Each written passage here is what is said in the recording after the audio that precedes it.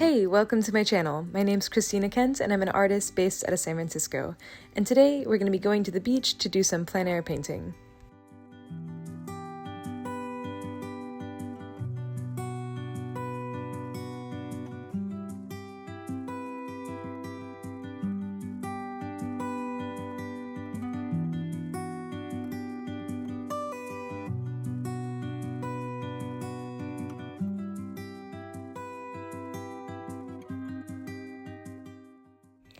I'm going to be doing a small painting today and using my pretty small, lightweight plein air painting kit.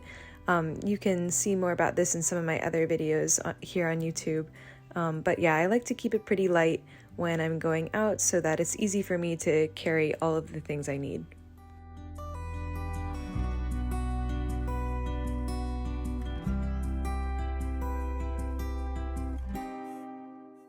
Next, it was time to decide what to paint.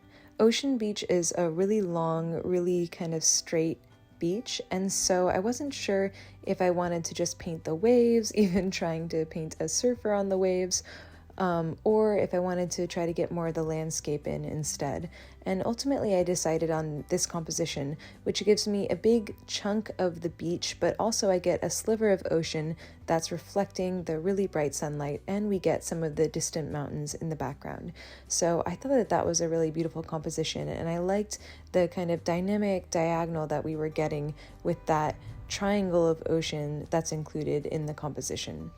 I also liked the sensation of the really bright sunlight being reflected off of the water, and that was something that I decided I wanted to try to capture in the painting.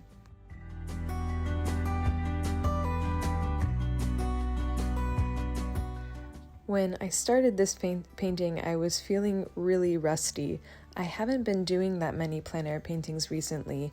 Instead, I've been doing a lot of studio paintings, large studio paintings for my upcoming solo show, which is happening in January. And I'll have more to share on that soon, so keep an eye out for videos on that.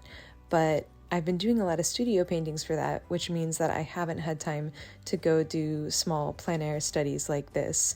And it's just so different, the experience working on a painting in the studio versus doing a painting plein air. In the studio, I'm usually working from photographs, which of course, my reference stays the same. The lighting isn't changing, everything's fixed, and my environment is very stable. Versus when I go out to do a plein air painting, everything's changing. The light is changing, the temperatures are changing, there's like sights, sounds, smells. You really feel like you're in this active environment. And so I find it to be such a different experience. I also find that I need to be much faster, or I feel the need to be a lot faster in capturing what I see because I know the light is going to change really fast. With this painting, I was feeling hesitant at first, and my first drawing marks weren't exactly where I wanted them to be. So I started to rub them out, erase them a little bit, soften some of the lines so that I could try again and put down something new.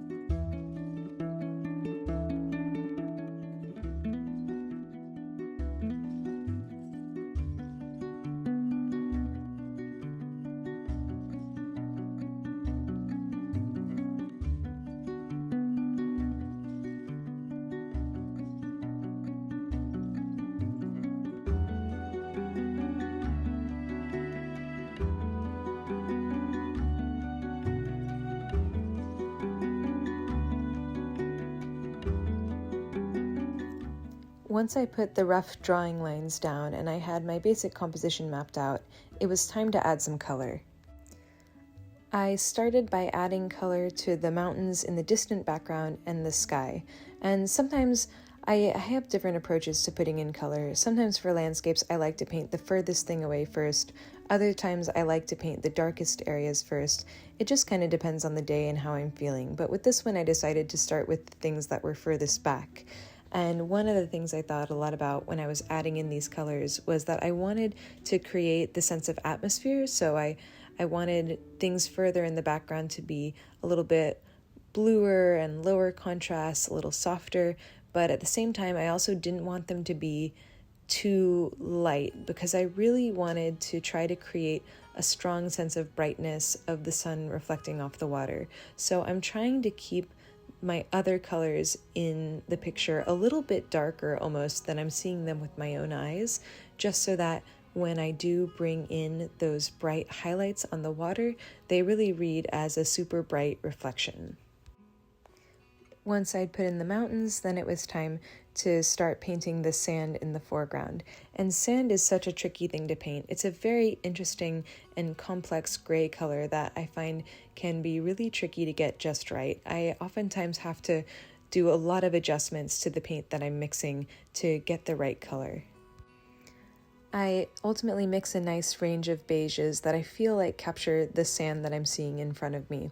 And kind of similar with the mountains, I keep the sand a little bit darker than what I'm actually seeing with my own eyes. This will allow me to add some highlights on top of the sand and kind of bring out some texture in the sand later on.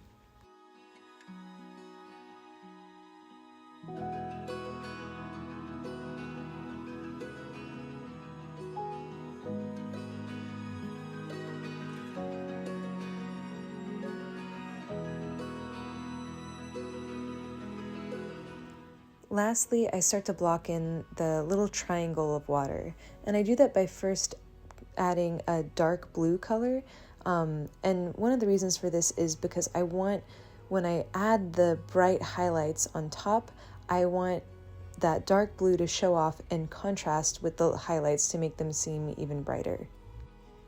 Once I've blocked in the basic colors, I start to use my palette knife to manipulate the shapes that I created with the brush. The palette knife starts to give me some really sharp angles and helps me refine the shapes in some areas while blurring them in others. The palette knife can create some really sharp lines and also a variety of textures that I absolutely love. I find broad strokes with the palette knife are really great for creating interesting texture in the sand in the foreground.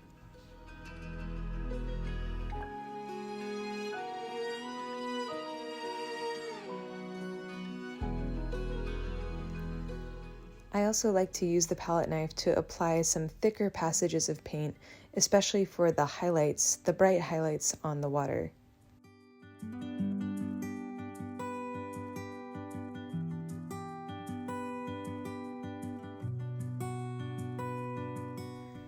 So here's the final outcome. I think the composition of this painting is really simple, and yet overall I'm very happy with it. I like the complexity of the texture in this painting. I think that I was successful in creating this feeling of brightness, not only of the sunlight reflecting on the ocean, but also of the bright sunlight that's kind of illuminating, like the mountains in the background almost look a little bit backlit, and I really like that effect.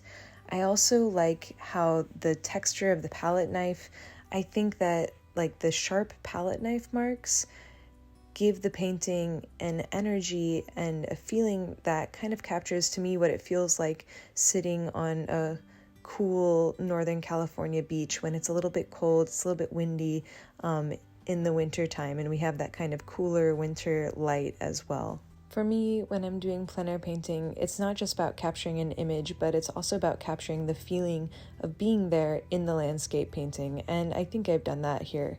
So that's all I have for today. I hope you liked this video, and I also hope it gave you some inspiration for your own creative projects. Thanks so much for watching, and as always, a huge shout out to my supporters on Patreon. If you like my art, if you like my videos, and you want to help me make more, be sure to check out my Patreon at the link below. Thanks again for watching, and I'll see you next time.